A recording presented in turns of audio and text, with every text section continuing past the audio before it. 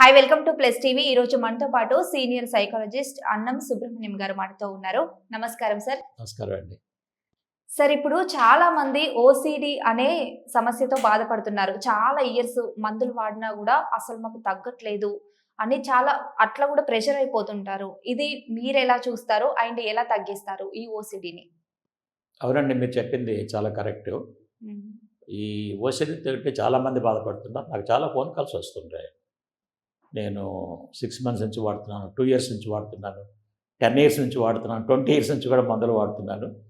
అయినా నేను దీంట్లోంచి బయటపడలేకపోతున్నాను. మీ వీడియోలు చూసాము, మీరు మెడిసిన్స్ లేకుండా తగ్గిస్తారంట అని చెప్పేసి వాళ్ళు అడుగుతుంటారండి నన్ను. నేను దీని మీద చాలా రీసెర్చ్ చేశానండి, మానసిక సమస్యల మీద.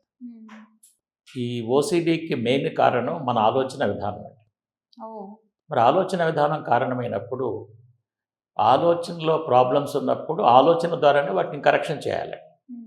సొల్యూషన్ రావాలంటే, అంటే ఓసి నుంచి బయటపడాలి అంటే నేనేం చెప్తానంటే, ఏ మెడిసిన్ కూడా మనిషి యొక్క ఆలోచనలు మార్చలేదు. ఇది అందరూ తెలుసుకోవాలి. మెడిసిన్ ఏం చేస్తుందంటే, తాత్కాలికంగా మీ ఆలోచనలు తెలియకుండా మిమ్మల్ని మత్తులో ఉంచి lot of side effects create చేస్తూ మిమ్మల్ని తాత్కాలికంగా సిమ్టమ్స్ని ఆపుతూ ఉంటుందండి. ఆలోచనలు ఆపుతూ ఉంటుంది అన్నమాట. మళ్ళీ మందు ఎఫెక్ట్ అయిపోగానే మళ్ళీ ఆలోచన వచ్చింది కదా, మళ్ళీ ట్యాబ్లెట్ వేసుకుంటాము. ఇట్లా 5 సంవత్సరాలు వేసుకుంటాం. ఇట్లా కష్టం. దానివల్ల lot of side effects, weight gain అవ్వటము, మరి లేడీస్ అయితే వాళ్ళ రీప్రొడక్షన్ సైకిల్లో ప్రాబ్లమ్స్ రావటము, సరిగా పీరియడ్స్ రెగ్యులారిటీ ఉండదు. జెంట్స్ కూడా వాళ్ళకి కొన్ని ఎరెక్షన్ ప్రాబ్లమ్స్ రావటము, ఇవన్నీ జరుగుతుంటాయి అన్నమాట. యాక్చువల్గా ఈ ఓసిడి అంటే ఏముందంటే, అబ్సెసివ్ కంపల్సివ్ డిజార్డర్.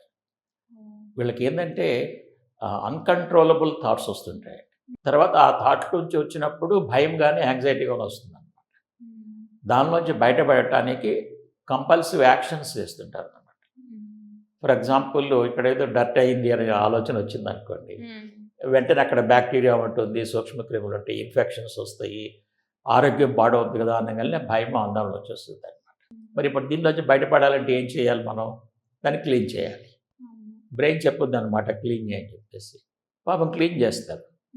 క్లీన్ చేసిన తర్వాత మళ్ళీ బ్రెయిన్ మాలోకి తీసుకొచ్చుద్దండి. కాసేపు రిలాక్స్ అయిన తర్వాత పూర్తిగా కడిగి అవ్వలేదు, మళ్ళీ ఇంకా కొంచెం ఉంటే మళ్ళీ ఇన్ఫెక్షన్ స్ప్రెడ్ అవుతుంది కదా, మళ్ళీ భయం వస్తుంది, మళ్ళీ కడగమనుద్ది అనమాట.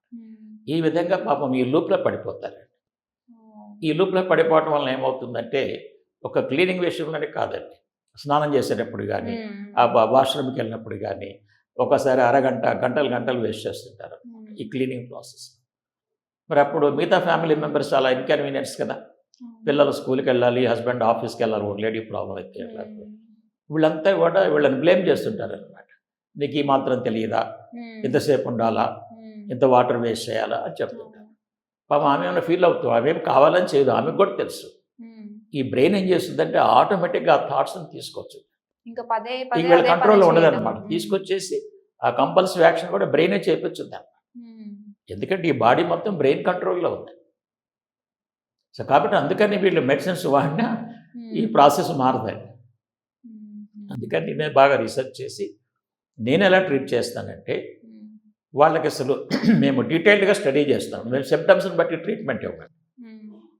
అసలు ఈ ప్రాబ్లం రాకముందు ఎలా ఉంది, చిన్నప్పటి నుంచి ఎలా పెరిగింది, ఆలోచన విధానం ఎలా ఉంది, ప్రవర్తన ఎలా ఉంది, అసలు ఈ ఓసిడిలో ఎలా పడింది, ఏం ఇన్సిడెంట్స్ జరిగినాయి, ఎవరి మాటల వల్ల ఈమె ఇన్ఫ్లుయెన్స్ అయ్యింది, ఇవన్నీ డీటెయిల్డ్గా స్టడీ చేస్తాం.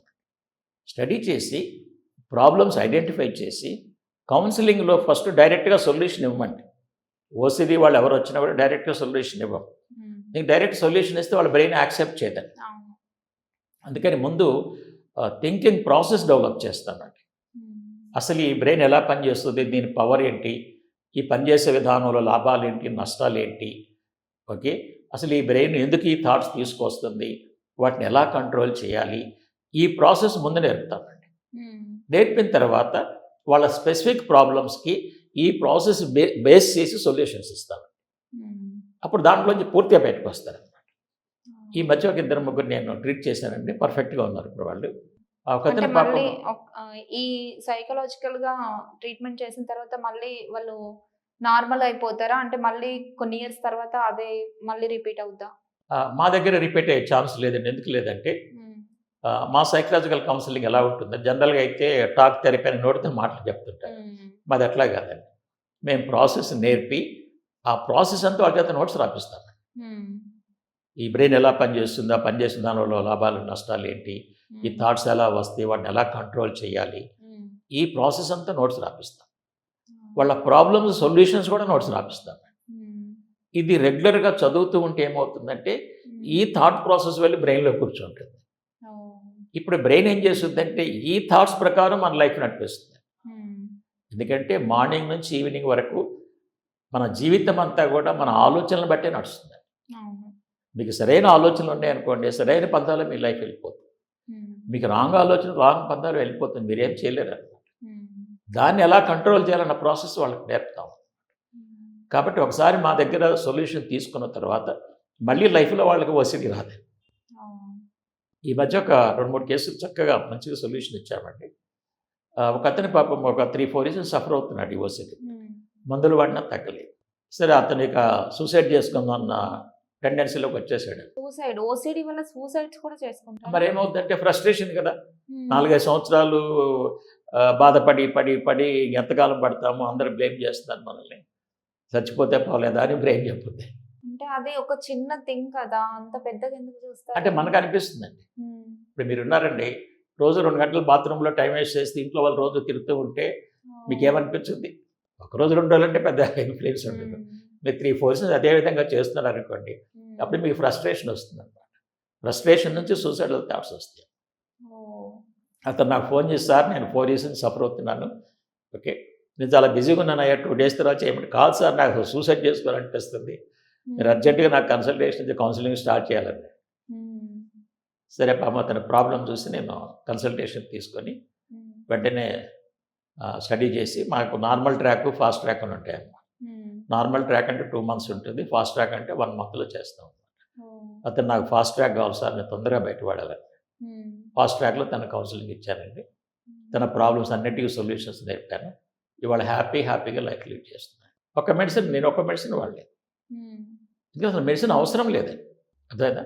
అట్లనే ఇంకొక అమ్మాయి అండి అరౌండ్ 35 ఇయర్స్ అట్లా ఏజ్ ఉంటుంది. ఈ అమ్మాయికి ఏందంటే దేవుడి మీద నెగెటివ్ ఆలోచనలు వచ్చాయి. ఓహ్! చాలా మందికి తెలీదు. కొంతమందికి హ్మ్. దీన్ని వల్గర్ ఓసీడీ అంటాం అన్నమాట. హ్మ్. రకరకాల నెగెటివ్ థాట్స్ వస్తాయి. హ్మ్.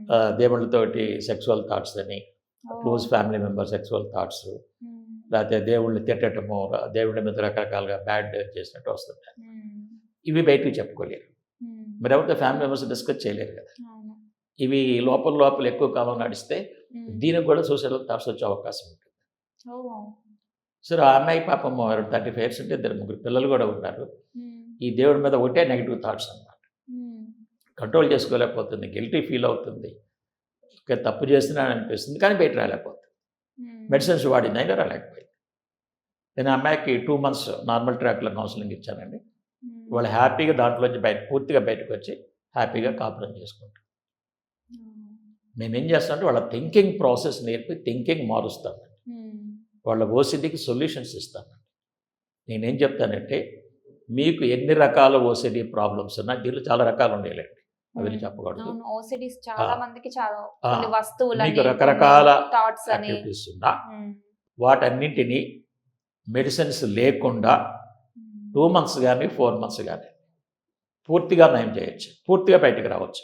ఓహ్! ఒకవేళ మీరు మెడిసిన్స్ వాడుతున్నా సరే, హ్మ్. మెడిసిన్స్ వాడే వాళ్ళకి కూడా ట్రీట్మెంట్ ఇస్తాం. హ్మ్.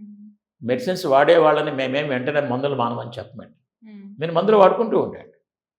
చక్కగా ఈ సైకోథెరపీ, కౌన్సెలింగ్ తీసుకోండి. హ్మ్. మీరు దీంట్లోంచి బయటకొచ్చిన తర్వాత మీ డాక్టర్ దగ్గరికే వెళ్లి, సార్ హ్మ్. ఇప్పుడు నేను మంచిగున్నాను, డోస్ తగ్గించమని తగ్గించుకోండి. తగ్గించుకొని మెల్లమెల్లగా బయటపడండి. హ్మ్.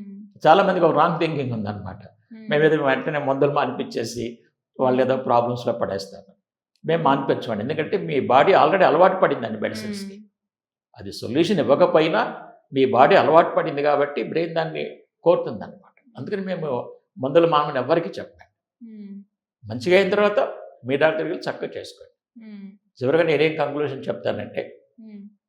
ఈ ప్రపంచంలో మందు వేస్తున్నా ఎక్కడైనా సరే. ఈ ఓసిడి తోటి ఎవ్వరూ సఫర్ అవ్వాల్సిన అవసరం లేదు. అన్ని రకాల ఓసిడికి ఒక్క టాబ్లెట్ మెడిసిన్ లేకుండా పర్ఫెక్ట్ సొల్యూషన్ ఇస్తున్నాం. అసలు ఈ ఓసిడి అనేది ఎందుకు ఉంటుందంటే ఆ థాట్స్ ఎలా వస్తాయి మనకి?